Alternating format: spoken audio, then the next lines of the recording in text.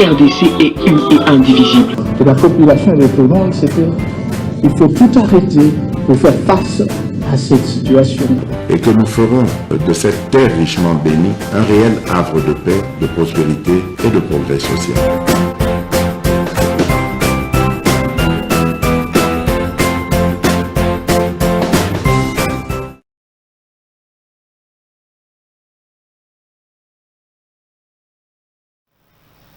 Botenabino, Bozolanda MKBZ officiel partout à travers le monde. Merci na confiance, fidélité, Bopesi MKBZ officiel. Tozali na Kinshasa, capitale ya République démocratique du Congo.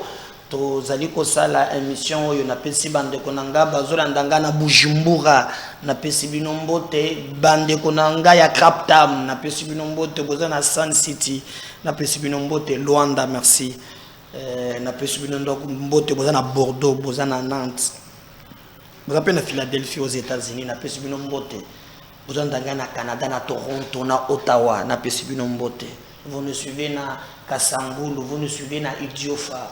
Vous nous suivez aussi même na Kasumbalesa. Merci pour la confiance, paix, fidélité. Bopesi MKBZ officiel. Nous allons travailler jour au jour pour nous rendre à bino fierté ya musala ou tozali ko sala paix surtout na bande konyon so bazali ko pesa biso makasi si les Congo ezali ko développer te ya problème mibale ya ba dirigeant na ya population yemoko. Muntu amikomisaka mukonzi na mukili azate. Même na ba royaume, même na ba dictature, bato bayaka toujours baloka clémence ya population. Mais la démocratie c'est le pouvoir ya peuple par le peuple et pour le peuple. C'est le peuple qui décide en dernier ressort. Donc c'est ce peuple là il faut baser la conscience. Ne vous laissez pas manipuler par cette classe politique non classable, baignée dans la jouissance. Alors que le vrai problème des Congolais, zali ko toucher en côté. Moto oyo azana ndundo abuteji, moto azana aru, moto oyo azana na bandundu ville, moto azana kikwiti ndeko azana idiofa, moto azana bumba, moto azana ingende, moto azana karawa. Ba Congolais wana bana besoin ya kozwa bato oyo bazo ya ko travailler pour trouver solution à bas problème na bango et non pas voir des gens qui nous présentent tout autre que Otozali Koloba. C'est inadmissible. Aujourd'hui, même Tozoloba où les élections arrivent, moment il y a manipulation, moment il y a intox, moment au comment un projet moko clair exacté. C'est autour de népotisme, clientélisme, biloko zanga mutu unama kolo du biso tozana obligation ya ko bunda lokola mutu moko ko défendre bendele ya mboka na biso et c'est possible de le faire parce que c'est ensemble que nous serons très forts. Donc moko na moko azana responsabilité bisika ya azali ayebake na likambo songolo to pakala nazo sala nazo boma mboka. Oui, nazo boma mboka. Namoni bato baye awa. Regardez comment bato bazo bondi sa francophonie. Un pays où ils allaient qui fermé. Un pays où ils allaient qui vraiment isolé dans le monde. Aujourd'hui, tout le monde, j'ai vu même les opposants revenir kakapo et simbate. Quand est-ce que tu constats le distinguo entre nos intérêts personnels et l'intérêt de la nation? Regardez tout. D'accord, mais moi j'ai vu quand on a tué 14 personnes dans Charlie Hebdo, j'ai vu la mobilisation. Il y a population pour ne défendre Mboka na bango, mais oyo donc ezali likambo ya passe. Tokobeta li solo na émission ya mokolo ya lelo ensemble avec vous. L'actualité ezali ebele tokobeta li solo ya Monongo. Dominique oyo azalaki na kalamingi te qu'il avait démissionné alobaki na ba makambo ezali mabe il avait démissionné. Qu'est-ce qui se passe? beaucoup moins encore monongo chez Katombi nini eleki kuna bokoyeba yango na émission ya mokolo ya alelo. Salomo Kalonda Escadela bazali ko akize na gouverneur ya Manyema alobi makambo Salomo asali koneza grave asombi bakano na kano wana bazali ko recruter soki bana kuma bango soki ndengeni bazali ko akize ye tokobeta masolo lisusu. Les politiciens bazali divisés autour ya o Italie état de siège. Donc, baza divisé. Gouverneur militaire, quand on soit souki motema lobby, bozo tongesanga mingi, alors que makambo ya insécurité bino moko bato boyebi yango. Tokobeta masolo nyonso wana. RDC Japon, l'ambassadeur japonais émet le souhait de voir Félix Tshisekedi visiter prochainement son pays. Bino kaka agenda visiter kakaka. Bono muteki babandu bali makambo ba voyage atiki. Même na Russie atindi Jean-Pierre Bemba, bien que Bokesio le bec la pongi kuna, mais quand même les amakambo le kota po Bemba la quitté. Makambo no Poutine a tuni wana na tuni Museveni wana nani, bolobi wana Bemba le kuta montage. Donc mais l'ambassadeur ya Japon azo senga Tshisekedi akomana mboka na bango na Japon. Alors, banditisme urbain qui s'inso, siégeant en audience foraine sur le terrain Luki au quartier Kabila, le tribunal de grande instance de Matete a condamné 4 délinquants à la peine de mort. Vraiment, bango il faut baser ça la bango boy. Neto ba izaka kaba. Puisque bonjima ke bato bakosaki o bazwi biso moko o bazokende na prison basote bakimi bazakon ba condamné pe 4 mususu na peine de mort na kisenso kon. Alors 55 personnes tuées, donc pendant 14 jours on a tué 55 personnes, entre autres naba Adef Nakati wane salami na niveau ya Beni. Ambongo abimi alobi soki omoni évêque azobang aza évêque ya Lukuta, évêque ya soleza ya Loma ya Misuga ou ya frontaka makam nde vrai évêque. Tous les évêques au bazobanga baza ba évêque ya Lukuta ye évêque ya bien Fridolin Ambongo. Wana alobi na évêque moko bachaki sike na kisanga na lobi faut ko attaquer, faut pas ko zonga sima. Évêque o azana ko banga azali vraiment évêque ya Lukuta yango toka ka bango akenda kana bango na kashobwe kuna katumbe ya mbabango na mapapa na kiloto kutu, mais ye azomona nyonso wana te. Alors ce que nous pouvons dire au cinéma Indombe, un naufrage sur la rivière Lukeni fait 7 morts et plusieurs disparus. Nous sommes dans le monde où on fait le Congo. L'Ouai est le verbe facile. Kotoyo. Ah, non. Azalia Makambuya Kokam. Herman Cohen, ancien secrétaire d'État américain. Le régime de l'RDC doit garantir un espace permettant aux groupes d'opposition de communiquer avec les citoyens. L'emprisonnement actuel décide est totalement justifié et illégal. On a ce qu'on a un champion. Accueilli maintenant à Zobenga arrestation. Hier, man Cohen arrestation illégale à Zolo Beza Yawapi. Bakangi Salomo, Azana ba élément où ils ont talisa que non, exact clair.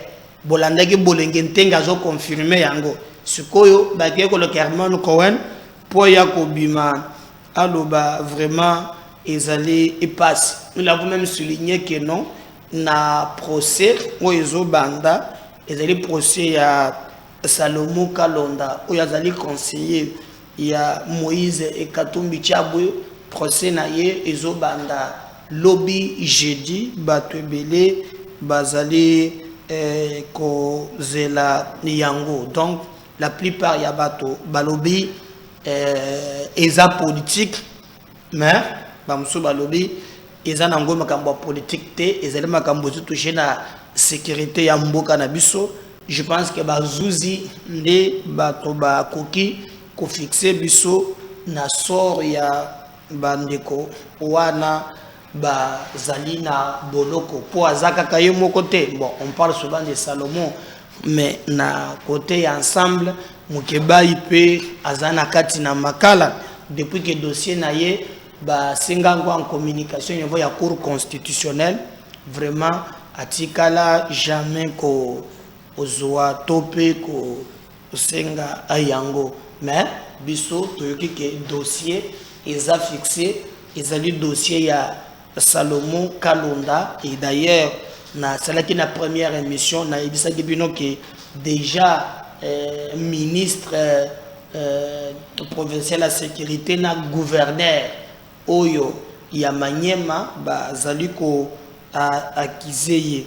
Alors bazo akizeye balobi Salomon azali na bakano, mais na kano wana ezo permettre ka banda ko recruter bato pe acha système ya ko déstabiliser vraiment mboka, acha système oyo ko sala ke makambo etambola bido na Kindu na Maniema. On l'acquise d'être vraiment responsable ya makambo mazali koleka sur terrain. Mais nous nous disons ok, il n'y a pas un problème. Le plus important pour nous est d'aller à Kolandela de près.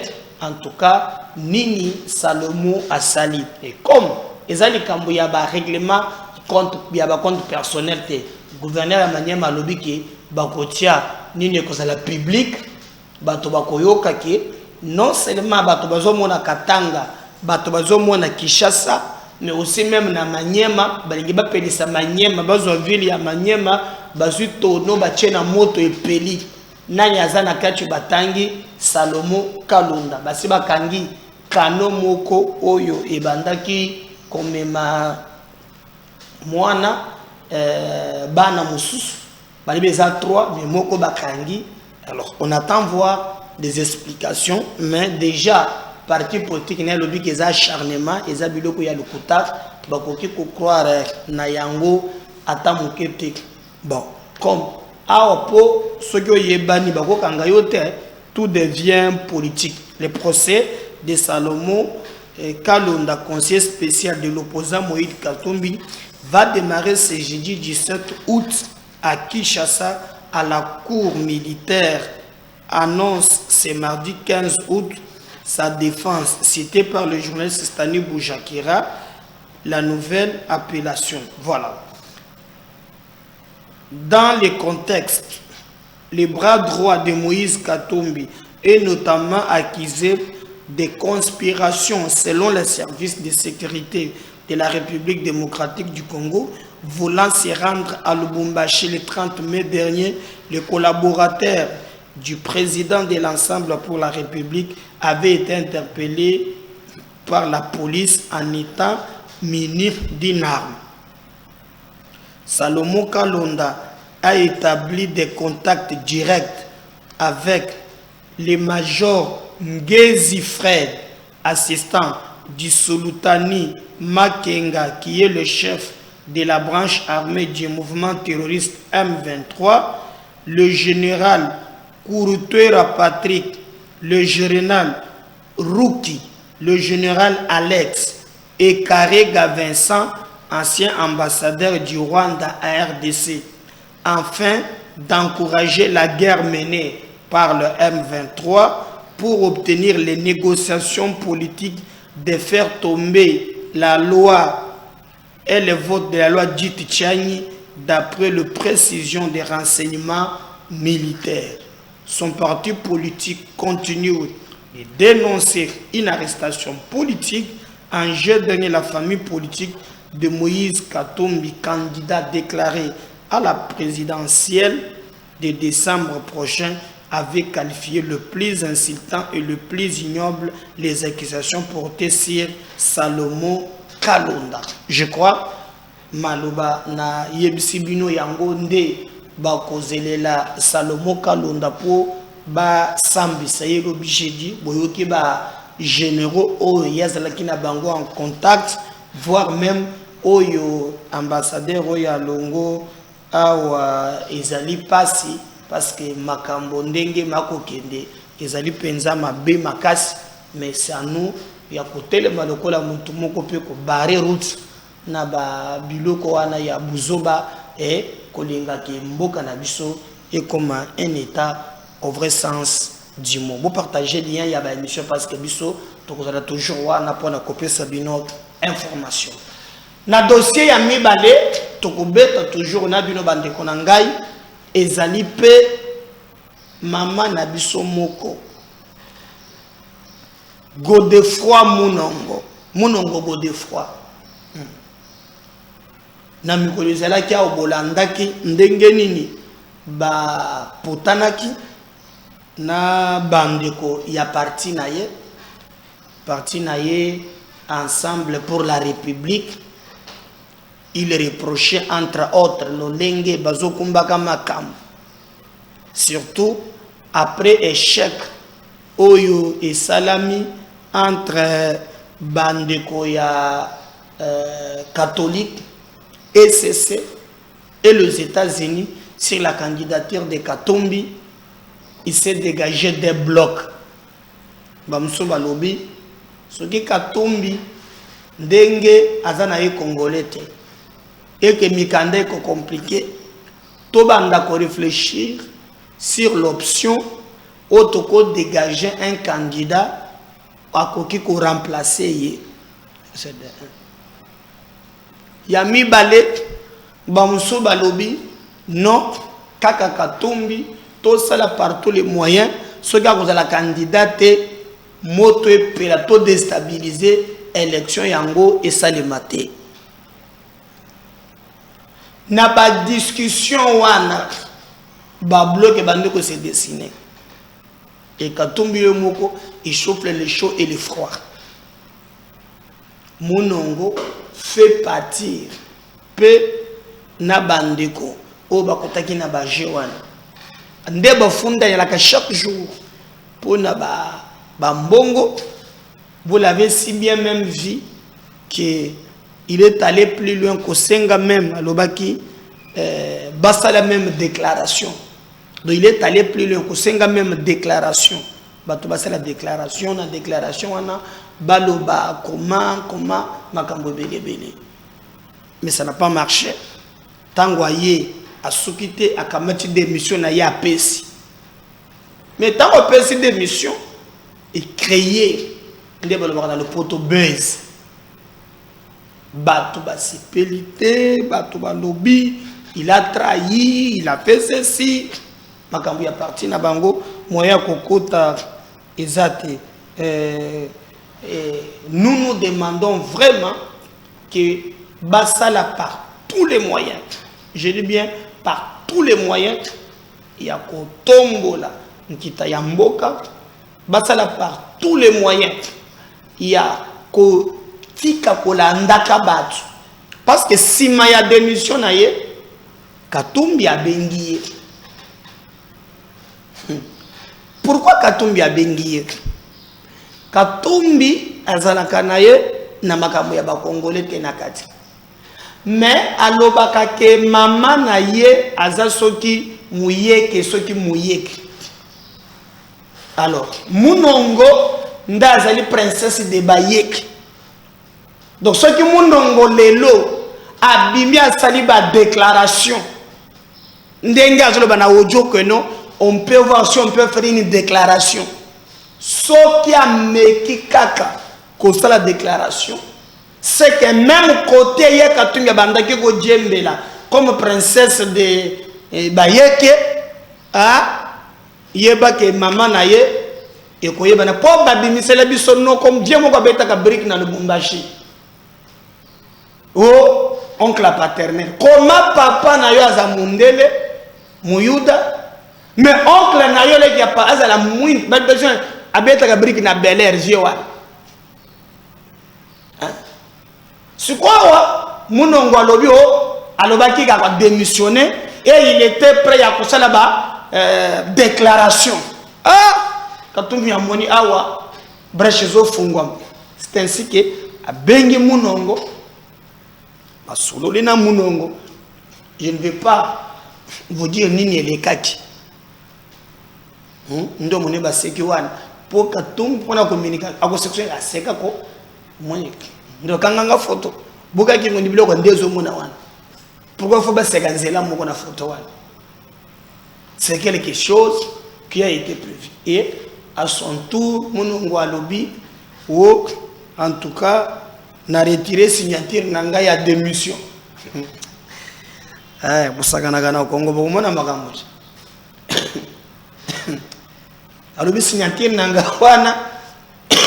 Oh, bon monsieur biso. Tango alobaki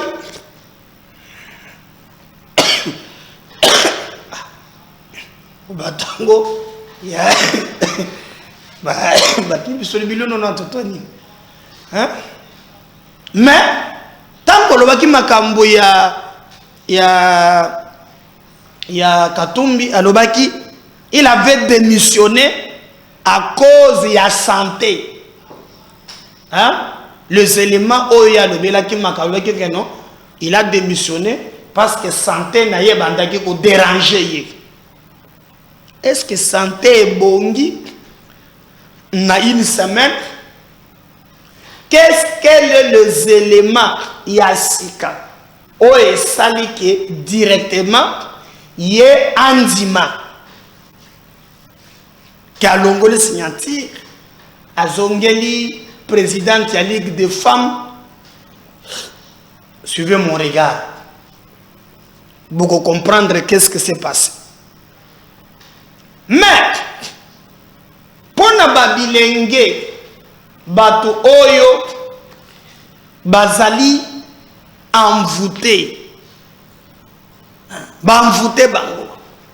J'ai oyo, ezo salema, c'est vous, batu bozotika ba plim. Batu bozotika ba plim mes abine. C'est vous qui décidez de plim. Na bato ba décider dans leur méchanceté. Ya kosala bino mabe bo tele maloko la moto moko bo défendre nkita ya mboka tozana mboka mibalete tozana mboka moko kombo na ngo Congo. Tout un chacun de nous a l'obligation ya ko défendre Congo, et je vous demande botika kolanda batu sima munongo alobi ba signature nyon soit retiré santé na yeka kana moi kaka longo ka lubuma akeshobo mbala moko organisme bongi et comme normal azongeli lisusu yo zala kaka kuna ba memaka yo lokola ngembo. Vous ne comprenez pas. Même muyam bolanda ki mikolo zolo ba lisusu mukolo wana ba bisingaje ye pazo mi bango soki azwi lisusu te mukolo wana ko miko tomboka. Tout ce que nous avait aussi dit à retirer. Les lois commis à l'objet comme ça, ticket gagnant na Katumbi. Man soyez bisaki biso et c'est là qu'il y a le kouta. Mais au moins il y a des gens oyo ba démissionner bango ba tikala ko zongate, hein, au moins Katumbi alandeli bango te parce que là il y a pas ses intérêts, il y a Makas représentant na il y a espace Équateur. Isaac Bakoukou, lui a démissionné aussi. Nambrio wana meye balandeli yete. Mais comme Oyo Katumbi a s'appuya kakaza congolais grâce na bango akokaki kolinga jamais mamoya akende kosala déclaration. Na lobi bien que suivez mon regard. Pourquoi mamoya zo seka? Pourquoi zo seka? Hein? Katumbi a segé passé. Après koseka o mbala moko na zongi nanga président ya Ligue des femmes ni esali ke aseka azonga. Hein? Il y a beaucoup de choses que vous ne comprenez pas. Et puis les Congolais, un jour, Nzamba kotuna kabino. Pourquoi boyina kamboka na bino? Pourquoi hein? Pourquoi bosala mboka na bino mabe? Eza pasi namba. Si bisonde totelema. Bisonde to bundela mboka na biso. Muto ko bundela mboka na biso ko leka biso moko azati. Donc munongo démission elongwe. Munongo santé zongi lokola ya bébé maladie nyonso. Tango moni katome za la pena guérison a longoli ba maladie. Mbala moko akomizo tokono kono azongeli na ye. Wana imagine biso ya politique ya Congo. Aujourd'hui moyen ko lobango ezate. En entre-temps ça chauffe na niveau ya nini ambongo abimi mutunaye vraiment à lobby cardinal ya bien force la loma force la misu makasi cardinal ya bien ako bangate faut affronter on a formé évêque oyo abaki ko tia nini on évêque ya bien abanga kate affronta kaka wana bilo zo tia moninga yo zo betaka ba kopo na yo bolanda mbongo moral azopesa moninga na ye évêque mokolo ya ordination na ye. On revient juste après. En tant que prophète, vous avez le devoir de parler sans peur au nom de Dieu.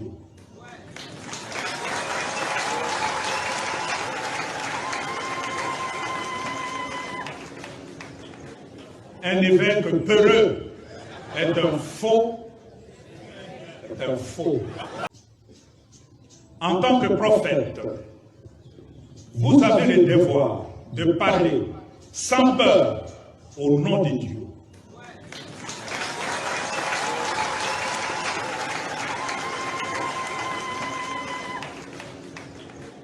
Un évêque peureux est un faux.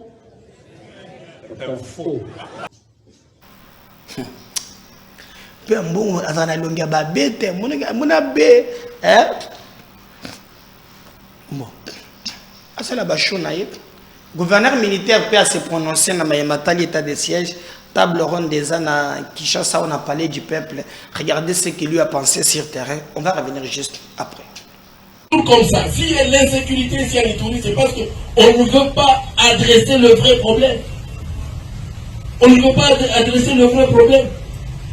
On trouve toujours des échappatoires. Il y a un problème, ah non, c'est l'armée. Il y a un problème, non, c'est la police. Il y a un problème, non, c'est l'état de siège. C'est trop facile. Non seulement c'est trop facile, mais c'est trop bon aussi.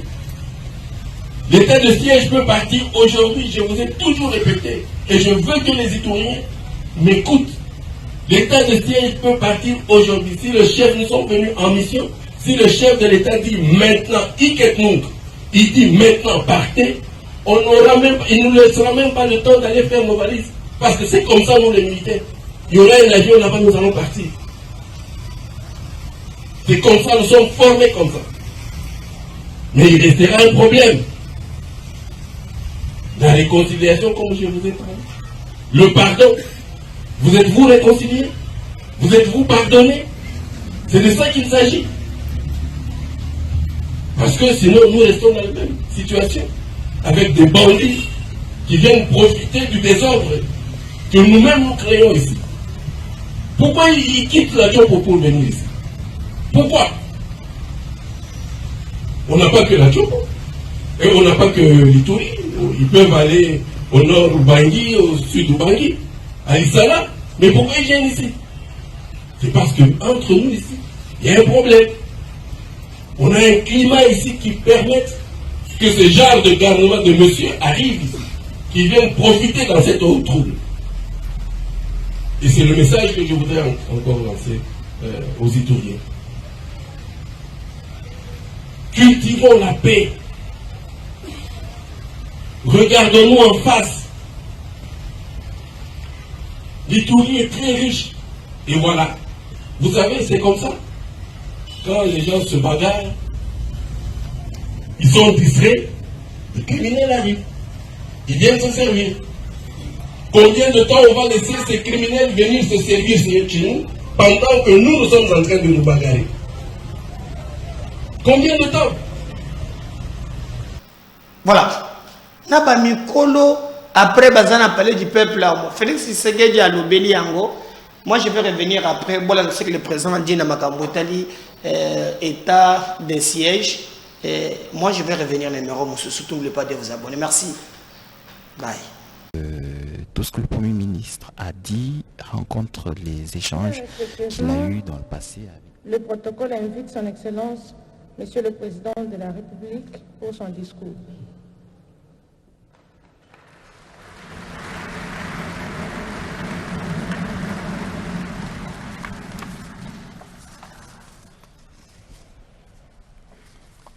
Honorable Président de l'Assemblée nationale, Honorable Président du Sénat, Monsieur le Premier ministre, chef du gouvernement, Monsieur le Président du Conseil supérieur de la magistrature, honorables députés et sénateurs, Mesdames et Messieurs les membres du gouvernement, Monsieur le Président du Conseil économique et social, Messieurs les présidents des institutions d'appui à la démocratie, Mesdames et Messieurs, distingués invités, mes très chers compatriotes, il y a exactement 2 ans et 3 mois, jour pour jour, que la situation exceptionnelle dans la partie orientale de notre pays, caractérisée par une insécurité persistante qui sévit depuis 3 décennies, avec une menace certaine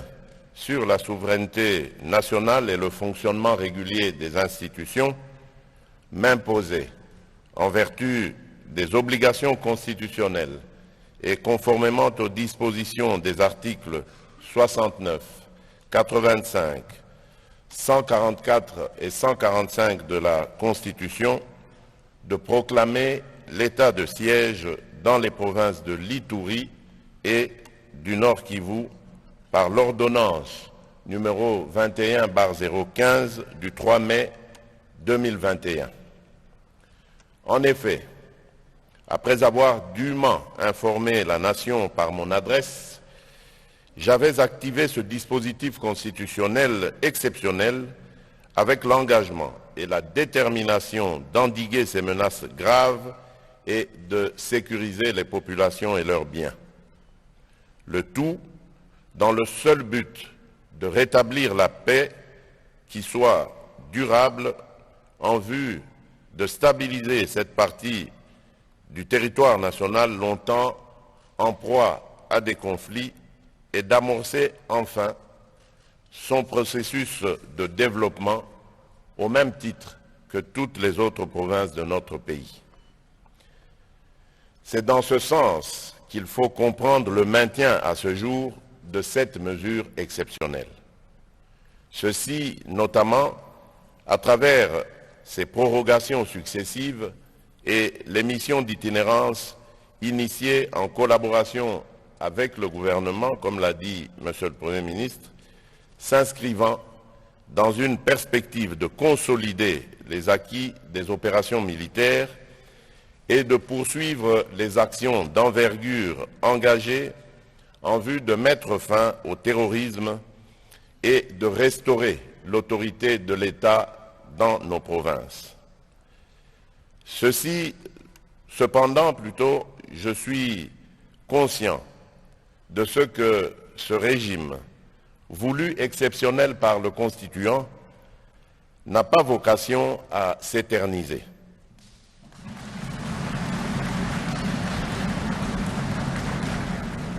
En effet, au-delà du fait qu'il demeure le cadre approprié et compatible avec la nature des opérations déployées pour mieux affronter les ennemis de la paix, l'état de siège impose aux populations de l'Ituri et du Nord Kivu, en dépit de ces résultats encourageants, de consentir à des sacrifices qui affectent leur mode de vie habituel.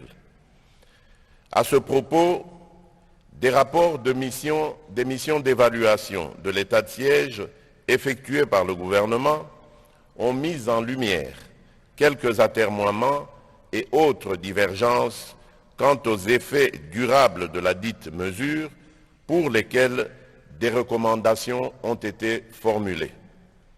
C'est pourquoi, tout en saluant les efforts inlassables et louables de nos forces de défense et de sécurité, ainsi que de tous les acteurs engagés dans la mise en œuvre de ce dispositif, je n'ai pas hésité un seul instant à accorder toute mon attention aux opinions manifestées par les différentes couches politiques, sociales, économiques et sécuritaires des provinces concernées par l'état de siège. J'ai donc entrepris une série de consultations, dont une audience accordée aux élus nationaux du Nord Kivu et de l'Ituri en octobre 2022, afin de décider consciencieusement des orientations à donner aux recommandations formulées sur le maintien ou non de cette mesure. Au vu des préoccupations exprimées par les populations du Nord Kivu et de l'Ituri, j'ai donc relevé la nécessité de procéder à une évaluation solennelle de l'état de siège sous la forme d'une table ronde inclusive afin de réfléchir et d'envisager ensemble les bases d'une orientation optimale tout en préservant les acquis générés par cette mesure exceptionnelle. Honorable Président de l'Assemblée nationale, Honorable Président du Sénat, Monsieur le Premier ministre, chef du gouvernement, Monsieur le Président du Conseil supérieur de la magistrature, honorables députés et sénateurs, Mesdames et Messieurs les membres du gouvernement, Monsieur le Président du Conseil économique et social, Messieurs les Présidents des institutions d'appui à la démocratie, Mesdames et Messieurs distingués invités, mes très chers compatriotes, vous l'aurez certainement compris, ici repose donc la raison d'être de la table ronde convoquée ce jour à Kinshasa. Je vous demande de bien vouloir prendre la mesure, la vraie, de la situation, tout en appelant au sens élevé de votre responsabilité, car il en va de la survie de la nation tout entière.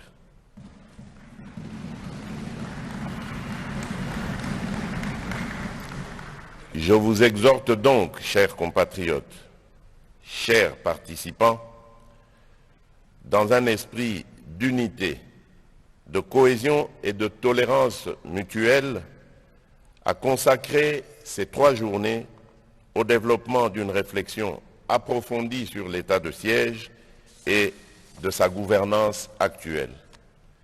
Cet exercice permettra une orientation concertée en vue de pacifier définitivement les provinces de l'Ituri et du Nord Kivu.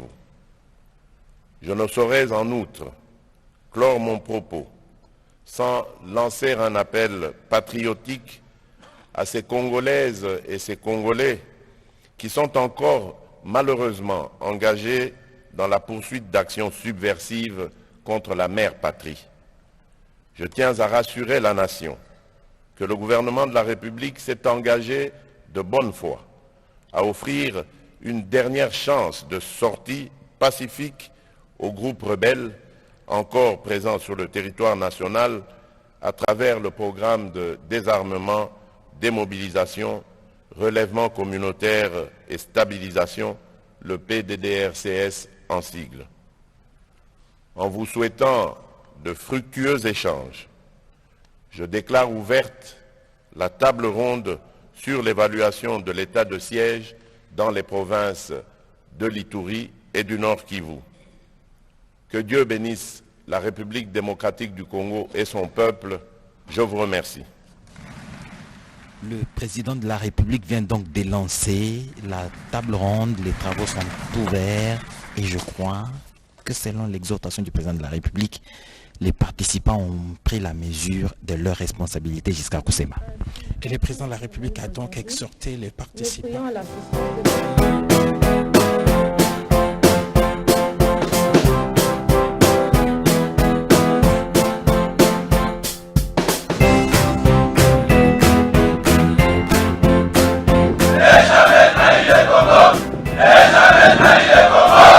RDC est une et indivisible. Et la population de tout le monde, c'était Il faut tout arrêter pour faire face à cette situation. Et que nous ferons de cette terre richement bénie un réel havre de paix, de prospérité et de progrès social.